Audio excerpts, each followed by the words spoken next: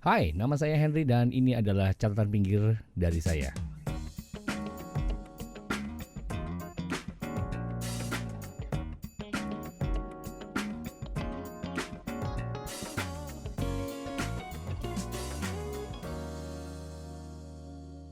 Tuh, oke, sekarang saya sudah bersama seorang rekan saya yang mungkin saya bilang saya teman udah lama juga dan kebetulan kita lagi terkoneksi dengan dua zona waktu yang beda. eh saya bilang dia adalah the Iranian in New York. Ya, oke, selamat. Halo, Bang Ibran. Halo Henry. Hai, Bang Ibran Sitomorang. Oke, dan ini topiknya bakal menarik karena bicara tentang ambil peran. Nah, boleh cerita sedikit nggak, Bran, apa peran lo nih? Lo ngapain sih di New York sebenarnya? Oke, terima kasih Om Henry untuk undangannya bicara. Kebetulan di New York ini saya memang tugas di perwakilan tetap Republik Indonesia, Perutusan Tetap Republik Indonesia untuk eh, Persatuan Bangsa-Bangsa. Jadi dalam karir saya tadi udah dibilang 20 tahun di mengabdi masyarakat melalui lembaga yang namanya Kementerian Luar Negeri. Eh, dan saya sudah pernah kebetulan sebelum di sini pernah di Berlin, pernah di Singapura. Nah, sekarang ketempatan dipercayai untuk bertugas di Protap untuk PBB. Di sini peran kita yang terutama kalau untuk PBB adalah setting the norms, karena dunia itu seperti suatu masyarakat RT RW yang terdiri dari keluarga-keluarga, sebut aja keluarga ya, ada keluarga Indonesia, keluarga Amerika, yang semuanya punya norms yang masing-masing. Tetapi untuk kita keluarga itu bisa hidup dalam suatu kedamaian, perdamaian, kan perlu aturan, perlu suatu kesepakatan ya. Makalah anggap saja PBB ini sebagai RT RW yang mencoba mengatur hubungan antara keluarga supaya intinya sebenarnya paling penting supaya tidak terjadi perang dunia. Itu tujuan utama pembentukan PBB. Dan kita mendiskusikan hal-hal mulai dari masalah senjata, masalah hak asasi manusia, masalah pembangunan, dan berbagai isu-isu yang mempengaruhi kehidupan sehari-hari di dunia kita, cuma pada tingkat internasional. Kira-kira di situ peran saya di sini memang sangat kecil karena masih ada pimpinan-pimpinan, tetapi dalam konteks kita di PBB kita punya punya semacam keluasaan untuk melakukan negosiasi, mendorong suatu norma Indonesia supaya dapat diterima. Intinya kita sebagai misalnya keluarga Indonesia, kita harus pastikan dong misalnya hak norma kita mengenai LGBT adalah demikian, norma kita mengenai kesehatan, norma kita mengenai pelucutan senjata, ini yang kita jual supaya dapat diterima oleh negara lain. Nah, tadi kan ngobrolin. Kira-kira dengan demikian bisa saling memahami, berkurang potensi konflik. Oke, Kira-kira gitulah. tadi kan bicara tentang peran yang kecil. Sedih nggak sih kalau perannya kecil? Udah di New York, dikirim jauh-jauh, dipercaya terus perannya kecil gitu. Sedih nggak sih sebagai seorang individu tuh perannya kecil banget saya ternyata gitu. Saya kira memang pasti ya semua orang selalu harus dimanapun, baik itu di kementerian, baik itu di korporasi, di akademisi, saya selalu bilang semua orang pasti mulai dari yang kecil. Nggak ada orang tiba-tiba masuk langsung jadi peran yang besar. Dan memang semuanya memerlukan kesabaran dan konsistensi. Menurut saya itu aja. Kalau sedih atau tidak, eh, mungkin lebih bisa dibilang kadang-kadang nggak gregetan gitu loh. Kapan saya bisa merubah? Tapi tentunya memang tergantung besarannya. Kalau ingin merubah yang besar, perlu waktu lebih lama, perlu impact lebih lama, perlu networking yang lebih besar. Jadi saya memframingnya sekarang bukan sedih atau sedih, tapi harus bersabar. Karena dengan sabar itu kita bisa mempengaruhi orang lain, bisa memperkenalkan ide kita. Tidak gampang, karena bukan saja konsepnya, tapi juga bukan saja isinya, tapi caranya, gimana orang bisa mengerti Indonesia, Pancasila, bagaimana menerjemahkannya. Itu perlu. Nah, ini kan ngobrolin sabar nih ya. Nah, hari gini nih mesen Gojek aja, mesen makanan tuh cepet banget gitu. Pesan makan cepat banget, minjem duit juga lebih cepat gitu. Kenapa? Dan kita kan kita generasi ini akan berinteraksi sama generasi yang lebih baru, di mana generasi yang lebih baru ini mungkin berinteraksi sama teknologi jauh lebih cepat dibandingkan generasi yang sebelumnya. Pada saat generasi sebelumnya ini masih bicara tentang buku gitu ya, mau cari sesuatu informasi ya harus datang ke sebuah perpustakaan, lihat dari bukunya. Generasi sekarang cukup buka laptopnya nyala dalam waktu kurang dari 1-2 menit, langsung open browser dan selalu menemukan informasi within 5 minutes mereka udah dapat semua informasinya. So reflecting to hal tersebut, kenapa akan tumbuh sebuah questions kan, akan tumbuh sebuah pertanyaan, kenapa saya mesti nungguin lama banget gitu sebagai sebuah elemen tadi. Perannya kayak cepet banget, gergetan banget, dan ini kan mungkin membuat orang pusing ya, karena seharusnya cepet kenapa jadi pelan gitu. Kalau menurut lo gimana? Kan dinamikanya jadi menarik gitu.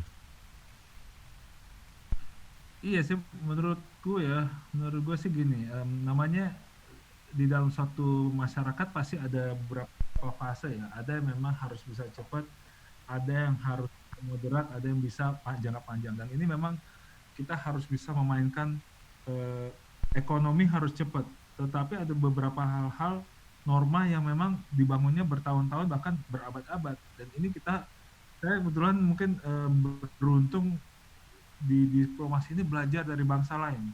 Bangsa-bangsa seperti Rusia, Cina, Amerika, mereka they play the long game, long haul game ya. Jadi ketika mereka memperjuangkan suatu ide, mereka sudah berpikir 5-10 tahun ke depan.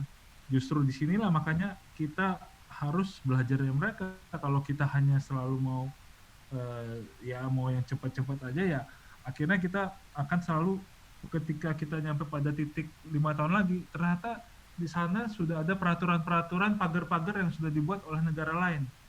Justru kita sekarang di PBB gitu, permainannya adalah meletakkan pagar-pagar untuk 5-10 tahun ke depan supaya bangsa kita bisa menerobos kemajuan.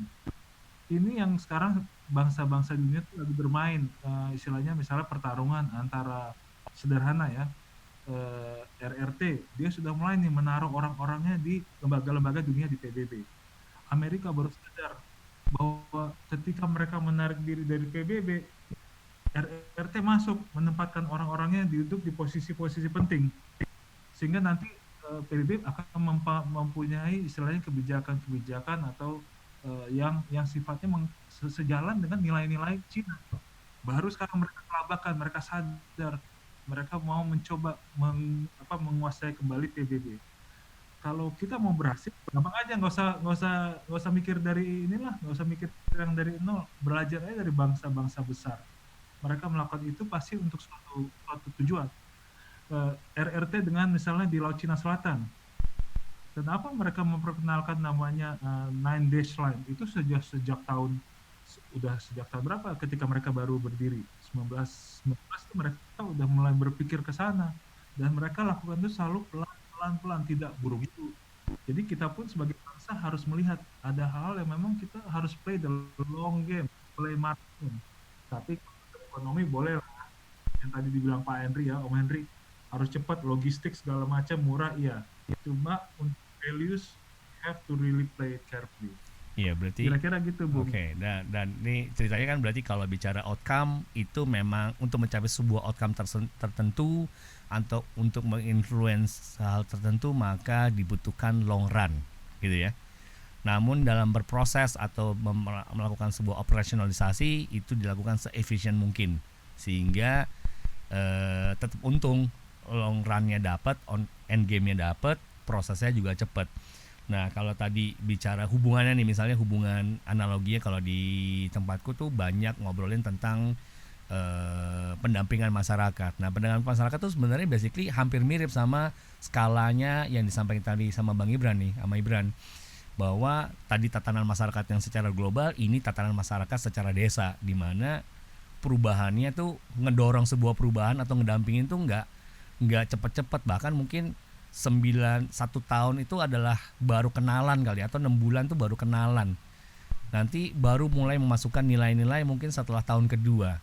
Namun banyak sekali ya, kembali lagi banyak pihak yang tidak terlibat itu merasa tidak sabar dengan hasilnya. Selalu hasil itu kan selalu dinanti-nanti ya, tapi begitu hasilnya nggak kelihatan kayaknya ini mana sih, sampai mana sih kok gini-gini aja sih gitu, ya nggak? Betul.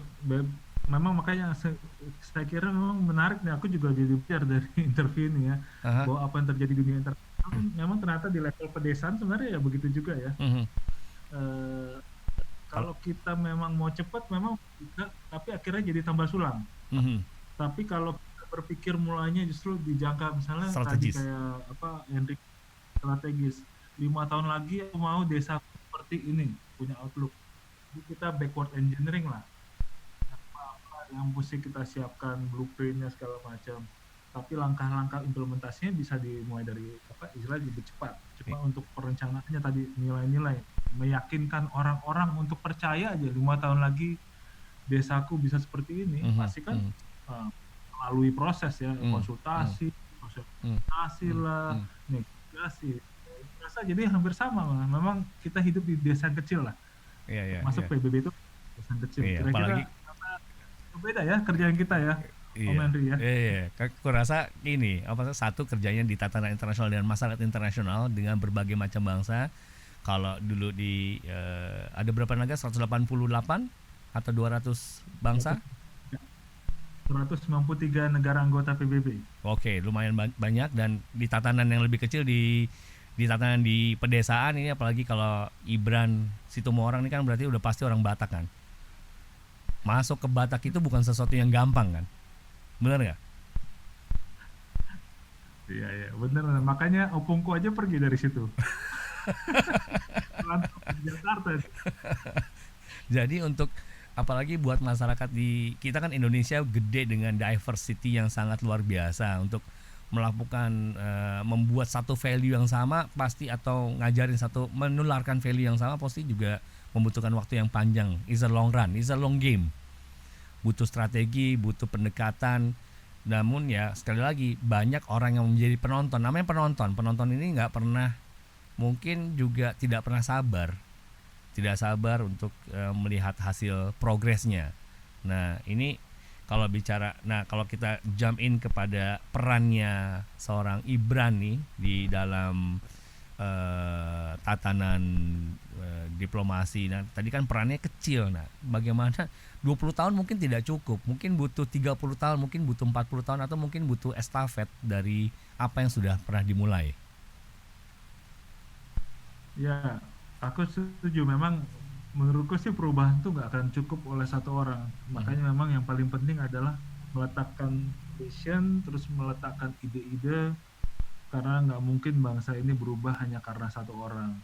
So, kalau menurutku memang siapapun, ini mungkin untuk siapapun ya, yang paling penting adalah you pilihlah apa yang kita mau jadi apa. Kalau kita mau jadi agen perubahan, kita bisa, karena di dalam tatanan PBB pun, dalam aku interaksi dengan teman-teman diplomat, kelihatan ada yang dia hanya merhatikan nih negara ini kemana dia akan ikut.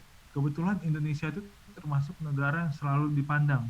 Jadi kalau kita misalnya gini ya, kita voting atau apa, banyak yang kadang-kadang nggak punya posisi, dia nanya ke kita gitu, nanya ke aku, ini kalian bakal milih apa? Oh, kita akan milih ke sini. Ya Oke, tapi menarik makanya sih. sometimes menarik. Jadi ada negara-negara tuh yang udah kalau mau aman ikut Indonesia. Nah, apakah kita memilih, apakah kita mau seperti itu atau kita menjadi agen yang menentukan orang lain?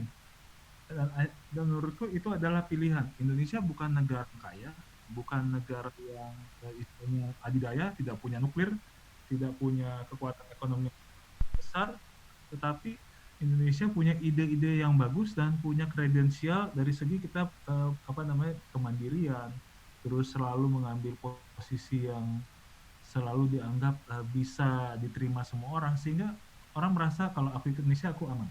Nah, ini pilihan juga untuk teman-teman yang ada di Indonesia, untuk masa kita dalam dalam sehari pun bisa memilih untuk menjadi pribadi yang seperti itu, yang menentukan, yang bisa menjadi panduan bagi orang lain.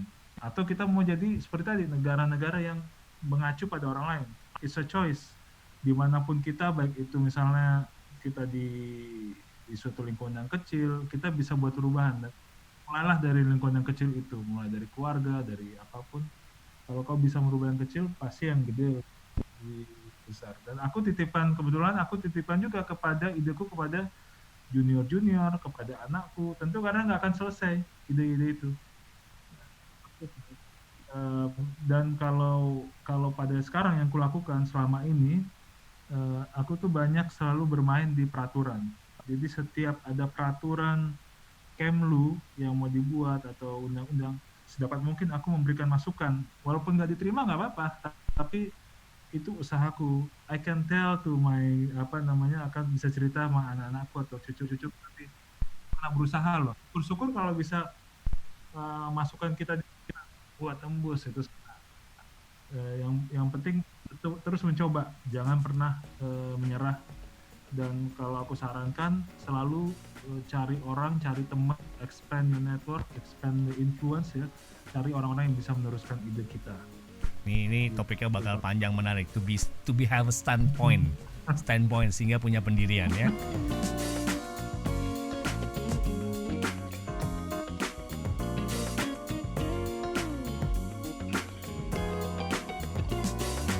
Nah, sekarang kita kembali lagi ke obrolan bicara tentang standpoint. Nah, standpoint tadi untuk merubah sesuatu, dan ini bicara tentang long run bukan short game. Jadi bukan sprint, is a long run.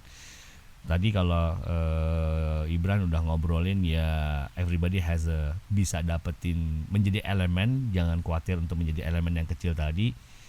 Namun kalau kita tidak punya standpoint, kita tidak bisa mendorong. Nah, cerita tentang Indonesia yang kemudian diikuti oleh negara-negara lain di mana pendapat Indonesia adalah pendapat yang sering kali diikuti, itu buat aku sih kadang-kadang buat aku tuh kayak sebuah something yang to be proud of sih, bahwa Indonesia as a country, as a nation itu punya sebuah dignity dalam artian punya standpoint. Nah, bagaimana nih standpoint ini, value standpoint ini bisa trickle down effect kan ke banyak masyarakat kita. Jadi bukan karena sebuah collective action, tapi karena memang we have the same standpoint, so we go into that direction. Apalagi Ibran udah 20 years in birokrasi, yang mungkin banyak rekan yang mendengarkan podcast ini ngelihat birokrasi why is too slow, why the change is nggak kerasa sampai ke mereka gitu. Ya kalau menurutku memang birokrasi itu sangat ditentukan juga oleh sebelum ke sana ya, ditentukan juga oleh size. Kalau kebetulan tadi kan nggak tahu, aku sudah bilang pernah di Singapura juga. Kalau kita bandingkan birokrasi kita dengan birokrasi Singapura, tentu jauh. 250 juta versus 5 juta orang, yang 1,5 jutanya adalah pendatang, jadi mungkin total 3,5 juta ya warga negaranya, nggak bisa dibandingkan dan negara sekecil itu. Jadi kalau aku boleh, kalau sama ini aku coba selalu framing bahwa perubahan yang kita bilang lambat ini sebenarnya untuk negara sebesar Indonesia yang perlu kita rayakan lah, atau kita syukuri. Tentunya kita boleh puas, tetapi bahwa dengan fakta misalnya, dengan kita demokrasi, dengan kita ya sedikit kadang-kadang dari perspektif orang Indonesia kita bilang ini negara kita kok kacau, tetapi orang melihat di luar sana, di negeri lain melihat, bahkan termasuk orang Singapura, orang Malaysia, teman-teman saya melihat, mereka melihat Indonesia itu sebagai model bahwa kita berhasil transisi dari suatu negara yang sentralistis menjadi negara yang demokratis, tapi tidak menuju ke kekacauan seperti terjadi negara lain. Dan memang ini adalah risiko yang kita harus ambil ketika kita memilih demokrasi. Kalau mau cepat gampang, kita balik lagi aja ke autokrasi kayak dulu. Semuanya tinggal satu perintah komando, semuanya jadi. Di Singapura atau Vietnam dengan yang sistem satu partai sekarang, atau mungkin RRT yang juga satu partai. Tapi kan tentu itu tidak diinginkan, paling nggak sekarang ya. Kalau memang mau cepat, ada harga yang harus dibayar. Tapi dengan adanya dialektika antara masyarakat, perubahan memang menjadi lambat, tetapi itu menjadi sesuatu yang kita sepakati bersama. Ini yang terjadi di PBB ketika kita selalu berusaha untuk menghasilkan suatu dokumen atau resolusi yang sedapat mungkin konsensus supaya eh, resolusi itu diterima dan dijalankan daripada di voting nanti saya bilang waktu saya voting saya nggak ikut kok, aku nggak setuju dengan itu, aku nggak terikat terhadap keputusan itu. Jadi this is keputusan yang sudah secara sadar kita sebagai bangsa buat, kita harus terima konsekuensinya, kita jalani aja, dan tadi kita bermain bukan sekedar maraton tapi maraton plus apa namanya, estafet ya kan. Jadi harus udah berpikir siapa yang melanjutkan perjuanganku nanti, siapa yang melanjutkan perjuangan ini untuk mencapai masyarakat lebih baik tadi.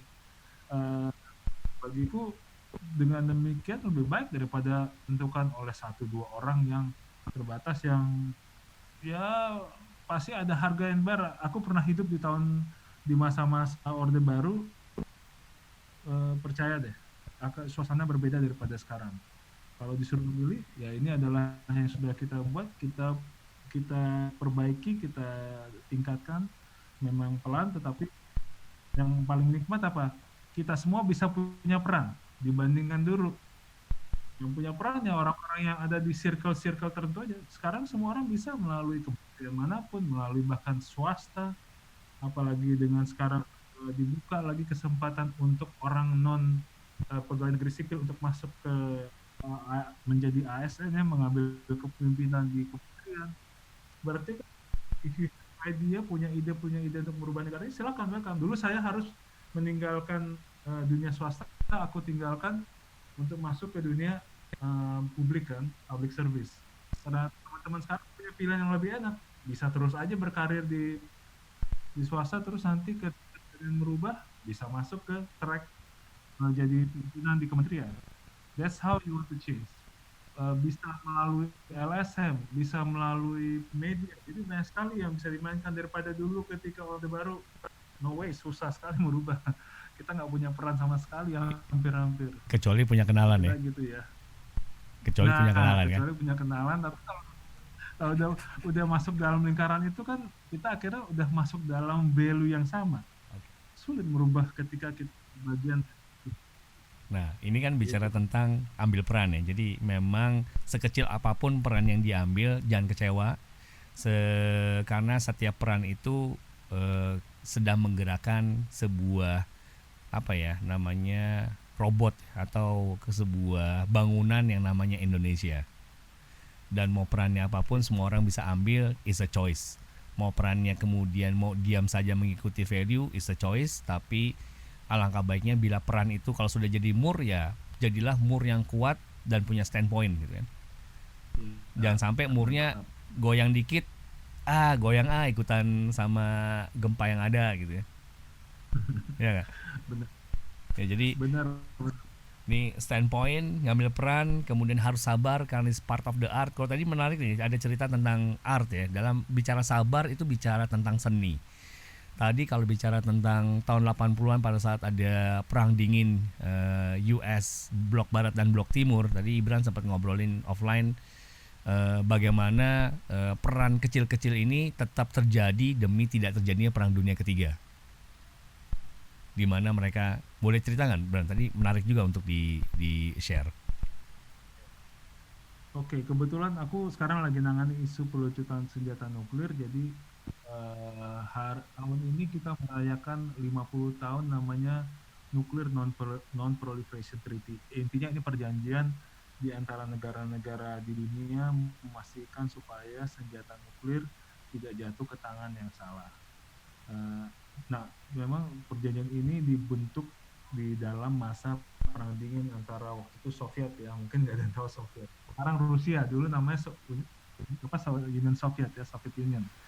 Um, jadi waktu itu perjanjian ini membutuhkan waktu 10-an tahun dari pertama dicetuskan idenya sampai akhirnya mulai efektif tahun 1975. Nah, yang menarik adalah dalam perumusan negosiasi perjanjian ini, negosiator-negosiator antara Soviet dan Amerika Serikat, walaupun mereka berada di kubu yang berbeda, negara yang berbeda, terlibat dalam perang dingin, mereka punya satu goal yang sama. Satu goal untuk memastikan perjanjiannya terwujud karena mereka mau menciptakan dunia yang lebih damai. Jadi bahkan mereka pergi sampai pada level hubungan personal, membangun kepercayaan, sehingga ketika mereka negosiasi, mereka itu bisa pada suatu saat janjian, nanti ke pemerintah saya kamu ngomong gini, nanti ke pemerintah ini saya ngomong gini, supaya mereka tidak melihat ini sebagai suatu posisi kompromi bisnis, tapi sebenarnya posisi ini disepakati level individu, tetapi karena dibilang oh ini dari seberang, jadi akhirnya mereka bisa, negaranya bisa menerima. Dan akhirnya oh ya oke kalau gitu kita bisa sepakati. Karena kalau yang saya pahami adalah peran individu termasuk tadi hubungan antar pribadi bisa mempengaruhi dunia yang sekarang bisa menjadi damai. Sekarang memang senjata nuklir hanya dimiliki oleh 5 negara plus Pakistan sama India.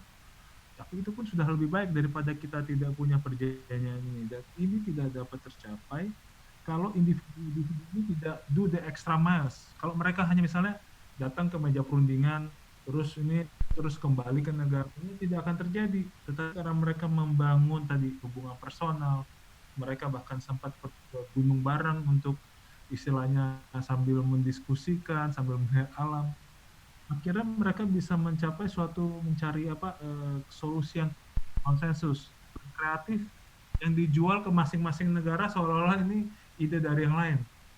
Jadi kita melihat tadi tidak ada namanya bahwa individu itu bisa mempunyai pengaruh yang sangat besar terhadap perubahan dunia dan memang memerlukan tadi extra work.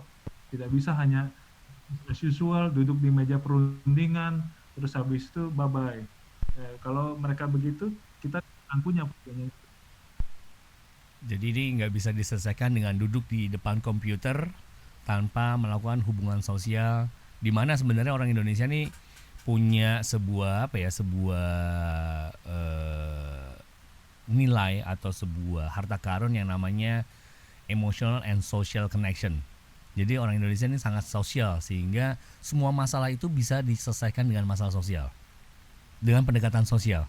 Artinya punya problem sama tetangga diobrolin kelar. Tapi bagaimana kalau misalnya dengan kita ini punya modal sangat luar biasa gitu dengan modal sosial kita sehingga kayaknya sih sangat mudah kita untuk masuk ataupun penetrate ke hal-hal yang dianggap sulit. Ya misalnya ngobrolin ke masyarakat, kalau memang kita duduk depan komputer mungkin masyarakat nggak akan mau berubah, tapi begitu masyarakat didampingin, didekati, kemudian ngobrol sama mereka, ngobrol santai, bahkan mungkin ya mau nggak mau harus ngerokok bareng atau ngopi bareng atau makan gorengan bareng, akhirnya mindsetnya juga is about to change kan. Mindsetnya jadi terbuka, keterbukaan terjadi dan perubahan pun akan terjadi. Namun itu required a long run. Gitu ya, enggak. Ini bicara bicara maraton, bicara estafet. Jadi hasil yang didambakan oleh banyakan orang cepat itu tidak secepat kita memesan makanan melalui aplikasi, tapi dilakukan dengan sebuah pendekatan sosial termasuk network. Kalau nggak ada network nggak mungkin tadi perjanjian nuklir itu akan tercapai kan. Kalau nggak ada interaksi sosial itu tidak mungkin sosial artinya people to people, tidak akan mungkin perjanjian nuklir itu akan tercapai. Maka dunia sudah mungkin by this time sudah terjadi perang dunia ketiga dan perang nuklir terjadi gitu. Ya, aku setuju tuh. Jadi memang tadi apa yang kita sepakat bahwa setiap orang itu berarti, punya peran berarti. Makanya tadi kalau aku bilang kalau memang mau instan ya bisa instan, tapi hanya bisa menghasilkan perubahan yang kecil yang kayak kau bilang tadi lah ya. Ya instannya Indomie, Gojek ya memang instan itu aja. Tapi kalau kita mau menghasilkan sesuatu yang besar, tentu energi yang dikeluarkan juga harus besar dong. Dan menurutku itu sederhana dan memang tadi tidak bisa as usual atau tidak bisa mengandalkan sistem yang tanpa manusiawi, karena pada akhirnya yang membuat perubahan itu manusianya kan, bukan lembaga itu mengikuti manusia-manusia yang punya drive, punya dorongan untuk merubah. Dan aku bilang memang kalau aku belajar hubungan personal tadi yang Henry bilang benar banget tuh. Salah satu kenapa kita mudah diterima adalah di dunia internasional ya, karena kita selalu memang bersosialisasi. Jadi di sini Indonesia itu PTRI dikenal sebagai salah satu tempat diplomat-diplomatnya mudah di approach, terbuka, terus juga istilahnya tidak maksudnya tidak menutup diri terhadap orang lain. Jadi menurutku itu value-value yang Indonesia harus pegang. Pada saat yang sama tadi kita ada prinsip-prinsip, cuma kita tidak menutup diri untuk mendengarkan, untuk berbicara dengan semuanya, baik yang yang Amerika, baik itu Rusia, Cina atau menurutku itu memang modal Indonesia yang besar yang kurasa di dalam level perdesaan pun harus kita manfaatkan. Kita harus bisa bicara kepada semua orang, termasuk kepada kelompok atau individu yang paling sulit dirubah. Karena kalau tidak, tanpa dukungan dari semua pihak, perubahan akan lebih sulit. Di situ kita di sini juga, aku kebetulan kita di sini memimpin, mengkoordinir gerakan non-blok, ada 120 negara. 120 negara itu ada beberapa negara-negara kunci yang memang posisinya kadang-kadang ekstrim, tapi kalau kita tidak approach, mereka bisa menghambat terjadinya persetujuan. Jadi kita memang harus sabar dekati ini. Harus kadang Ajak aku ajak makan-makan mereka gitu. makan siang. Iya benar, ajak Ya. makan siang, nanya apa sih masalahnya. Hmm. Kita dengar, kita ini. Sebenarnya kadang-kadang akhirnya melalui dari situ, dari pembicaraan yang makan-makan itu ketahuan. Oh, oke, jadi mungkin kita bisa cari titik tengah di sini. Jadi menurutku modal bangsa kita tuh benar-benar harus dipakai deh, termasuk di level apapun. Oke, ini sangat menarik ya. Jadi perjalanan panjang seorang Ibrani Situmorang ada di kementerian, di birokrasi 20 tahun. Pasti ngobrolin 20 tahun ini pasti penuh dengan suka duka. Banyak sukanya mungkin dibandingkan dukanya. Mungkin boleh di-share, mungkin banyak orang juga pengen masuk ke Kemlu karena banyak yang anak-anak muda sekarang nih pengen bisa memberikan dampak besar, baik itu multilateral maupun bilateral. Mungkin bisa kasih Well, tips and 20 trick gitu tahun. ya, atau bicara tentang behind story 20 years of 20 years juga oke sih ya nggak? Well, iya, aku sih sebenarnya masuk Kemlu dulu dulu mulainya sederhana aja, bukannya nggak ada berpikir mau merubah dunia. Mulainya dulu pengen jalan, ya bisa jalan-jalan.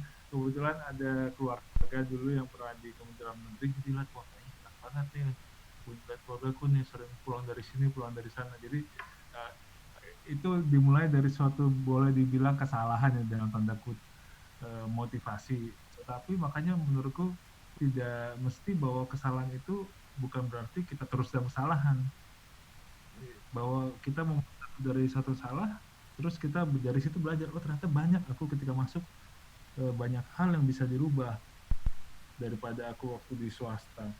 Jadi kalau aku melihatnya dulu selama 20 tahun sempat melakukan misalnya yang mulai diplomasi sosial budaya, diplomasi ekonomi, lingkungan hidup, semuanya aku merasakan yang paling sulitnya tapi juga menarik adalah kita harus bisa belajar, harus bisa memahami banyak isu dalam waktu yang paling singkat. Itu untuk kita sih ya, kalau mau jadi diplomat tentunya memang harus bisa beradaptasi cepat. Dan ini bukan untuk Indonesia aja, diplomat manapun rata-rata sama, mereka satu hari, pada hari ini mesti ngomong soal mutiara Indonesia, besok udah ngomong soal pariwisata, besok lagi nggak tahu soal apa. Jadi it's always learning curve-nya sangat tinggi, tetapi kalau aku bilang sangat rewarding kalau kita berpikir bahwa pekerjaan kita ini nanti bisa membawa dampak yang baik bagi investasi atau perdagangan, atau untuk teman-teman yang aku punya teman-teman yang bahkan mereka langsung terjun pada perlindungan masyarakat. Wah, itu lebih bisa dibilang lebih challenging lagi karena langsung bagaimana masyarakat kita di luar negeri dilindungi oleh negara. Jadi diplomasi punya segalanya, tidak bukan gemerlap yang dibayangkan di film-film gitu ya, yang kita makan kaviar, enggak, sama sekali nggak seperti itu. Ada porsi-porsi tapi kita bagian melakukan itu pun untuk suatu tujuan tadi. Aku ngajak makan tujuannya apa? Kita memperkenalkan Indonesia, terus kita mencari solusi. Jadi bukan senang. Nah, eh, kalau 20 tahun aku sih merasa lebih banyak suka duka, lebih banyak sukanya ya. Karena aku jalan duka duka pun pasti ada dimanapun, baik itu di swasta dimanapun, tetapi kuliah itu sebagai tantangan. Kalau kita kita melihat ya, tidak ada tempat yang sempurna, itu aja, tidak ada pekerjaan yang sempurna, tetapi tujuanku sederhana, gimana kita membawa manfaat bagi negara kita, bahwa bagi bangsa kita, sekecil apapun dampak kita. Itulah yang membuat aku selama 20 tahun itu bisa bertahan ya. Ya. Tetap tetap bisa lah, dengan segala ups and downs, tapi ya puji Tuhan. Oke. Tapi yang satu hal yang tadi aku take point adalah kemampuan untuk cepat switching ya. Jadi memang switching of mind itu dalam masa yang sama topiknya berganti, topiknya berubah dengan cepat dan immediate mesti catch up dengan hal itu. Itu menurutku ibarat apa ya, dimana otak kita diperlakukan seperti layaknya komputer dan harus meng-cop up dan mencerna semua informasi at the fast as possible ya, langsung jump in terhadap topik itu instead of wah saya cuma nguasain satu topik, saya nggak bisa lagi switching ke topik yang lain, karena ini sebenarnya ini adalah requirement dari untuk banyak CEO pun. Kemampuan untuk switching mind atau switching hal dalam waktu yang cepat tuh sangat sangat diperlukan untuk bikin decision. Iya kan? Jadi mungkin juga rekan-rekan sekarang yang para millennials atau generasi YX, ini hal yang default sebenarnya yang mungkin juga harus dimiliki agar jangan pusing dengan berbagai macam topik yang masuk, karena jangan sampai kemudian masuk ke mesti konsultasi ke psikiater karena begitu banyak topik yang masuk. Apalagi masa sekarang ini kan semua ada di internet ya, semua ada di all information is there out there gitu. Semua informasinya ada di luar, semua akan kita cerna, dan bagaimana our brain is processing, memilah mana informasi yang mau kita keep, mana informasi yang mau kita trust at the same time, dan it's very quick. Jadi mempengaruhi kerja otak juga kayaknya lebih keras sekarang dibanding zaman dulu, merasa ya. Nah. Iya betul. Dan menurut aku yang paling penting sebenarnya punya interest saja sih, interest untuk segala hal. Jadi jangan pernah menganggap ada satu pekerjaan yang tidak penting, itu menurut aku ya. Jadi misalnya wah aku diplomat, ngapain aku ngurusin masalah kepegawaian? Oh nggak bisa, kalau kita di sekarang pun aku harus berpikir masalah kepegawaian. Jadi kita dilatih untuk memikirkan kepegawaian, memikirkan keuangan. Jadi bukan hanya bicara soal tadi senjata nuklir, bicara mengenai peacekeeper, enggak. Tapi bahkan kami juga harus mengerti masalah-masalah yang administrasi. Dan menurutku itu bagus, membuat kita sense, karena sebagai leaders atau sebagai dimanapun kita, pada akhirnya kan kita harus memikirkan orang-orang yang ada di sekitar kita. Jadi kita nggak bisa menganggap aku hanya ahli di satu hal, aku hanya mau megang ini. Dunia tidak beroperasi seperti itu sih ya. Dunia tidak beroperasi di dalam artinya, misalnya bahkan di keluarga pun kadang-kadang di rumah, apalagi sekarang nih lagi working from home, bukan sekedar working kantor aja ya, ikut cuci piring juga nih kan. ikut ganti popok anak juga. Dalam artian kita harus menikmati semua role yang kita dapatkan sebagai suatu anugerah. Dan kalau kita belajar dari zaman dulu tuh tidak ada spesialisasi. Michelangelo tuh dia coba semuanya dia kuasai kan, mulai fisika, mulai arsitektur. Maksudnya kita sekarang generasi sekarang ini berusaha sekarang mencoba mereduksi peran kita menjadi kecil.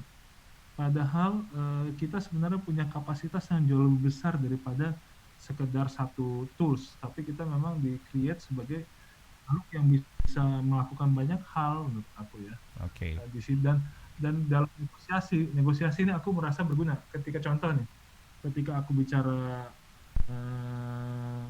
LSM, itu bisa kadang-kadang Amerika misalnya loh, kenapa kamu ketika urusan gini kamu terbuka dengan ketika urusan HAM kamu mau dengan LSM, tapi ketika urusan perlucutan senjata kamu LSM kok agak ini alergi atau bagaimana gitu kan? Karena milik senjata nuklir ada pressure oleh LSM-nya untuk melucuti senjata nuklir. Jadi kita sebenarnya bermanfaat kita banyak hal ini ketika kita ketemu dengan counterpart kita bisa connecting the dots dan bisa menggunakan itu untuk mencapai tujuan kita. So don't limit ourselves, kerjakan semua mulai hal yang kecil-kecil sekalipun pasti ada manfaatnya asal memang kita punya niat baik. Kalau aku sih gitu ya. Oke. Nah, ini as a closing question sih sebenarnya Ren. Ini mungkin juga menyampaikan aspirasi banyak masyarakat. Apa yang lo lakukan atau yang birokrasi lakukan, what's the impact for, rasanya apa sih bicara tentang nuklir, bicara tentang environment. Mungkin kalau dulu environment, mungkin sekarang adalah dulu nuklir, sekarang mungkin harus bicara tentang lebih ke environmentals gitu ya. Apa sih impactnya buat masyarakat? Kita ngebayangin adalah masyarakat yang akan menerima manfaat dari ini, misalnya tukang sayur ataupun tukang ojek ataupun tukang yang mengantar koran gitu. What's benefit yang bakal mereka terima sehingga apa yang sudah dilakukan di level global ini bisa juga make sense untuk mereka rasakan gitu. Sehingga is important to be there. Oke, kalau aku bilang kita bisa ambil dari banyak, semuanya ada manfaatnya. Mungkin memang chain-nya ya, chain reaction-nya tergantung isunya. Ada yang bisa langsung misalnya seperti ekonomi di WTO, tentunya apa yang kita sebut.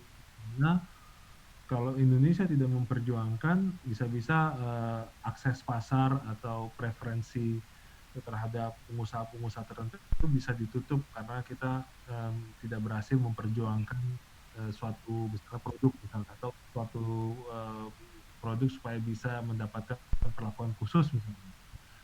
Ada juga kalau yang sekarang konteks sekarang tentu di PBB bersama internasional sangat penting khususnya mengatasi masalah-masalah yang transnasional baik itu climate, baik itu iklim tadi ya, masalah iklim maupun kayak sekarang nih COVID virus tidak akan bisa satu negara menyelesaikan sendiri.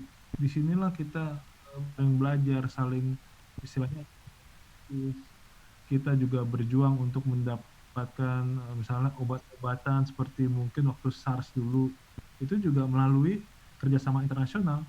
Jadi kalau manfaatnya bagi masyarakat langsung tentunya adalah banyak masalah-masalah yang tidak bisa diselesaikan oleh satu negara Indonesia atau bahkan Amerika sekalipun dia tidak sanggup, dia harus akhirnya belajar dari RRT, dari Korsel ketika menangani COVID, dan itu semua platformnya apa? Platform melalui tadi menjaga perdamaian. Kalau tidak ada perdamaian, gimana mungkin kita berkomunikasi minta hasil riset dari negara ini, hasil riset dari negara itu. Tujuan kita diplomasi adalah membuka peluang untuk tadi kita saling belajar satu sama lain. Ketika diplomasi gagal, ya berarti maka tertutup kita untuk mendapatkan resources baik itu pengetahuan, ekonomi, pasar yang akhirnya mempengaruhi kehidupan sehari-hari. Kalau aku bilang diplomasi itu asuransi. Asuransi memang tidak berguna kalau tidak terjadi perang. Tapi kalau sampai terjadi perang, maka semua yang kita usahakan ini sudah tidak ada artinya lagi. Kita akan dalam berada yang sulit. Jadi kepentingan kita di diplomasi adalah memastikan supaya negara kita bisa mendapatkan tadi akses informasi, akses pengetahuan, obat-obatan, akses pasar untuk tadi membawa manfaat kepada baik itu dokter, pasien, atau pedagang, produsen, atau bahkan misalnya pariwisata, dunia pariwisata ya, supaya orang selalu percaya Indonesia kondisinya stabil, Indonesia kondisi demikian.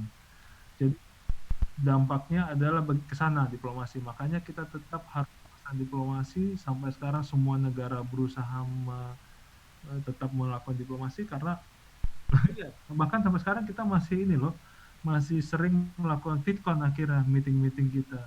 Karena tanpa itu sulit kita untuk membuka tadi ya, membangun jaringan personal, nggak bisa hanya lewat email atau surat-suratan. Nah, tujuannya satu, pasti semua ingin berbagi informasi dan berbagi best practices supaya untuk membantu masyarakat di dalam negerinya. Kira-kira Oke, gitu kalau aku cakep bilang. banget nih. Jadi kesimpulannya adalah sesuatu itu hanya bisa dikerjakan kalau setiap orang ngambil peran dan melakukan secara maraton, karena ini bukan cerita tentang hasil yang immediate gitu. Ini harus estafet karena one to another harus mengambil perannya masing-masing, tadi satu generasi ke generasi berikutnya, dan is all about chain reaction. Jadi setiap lini atau setiap value chain akan mendapatkan manfaatnya sekecil apapun itu, dan sama dengan berkorelasi dengan perannya juga kan.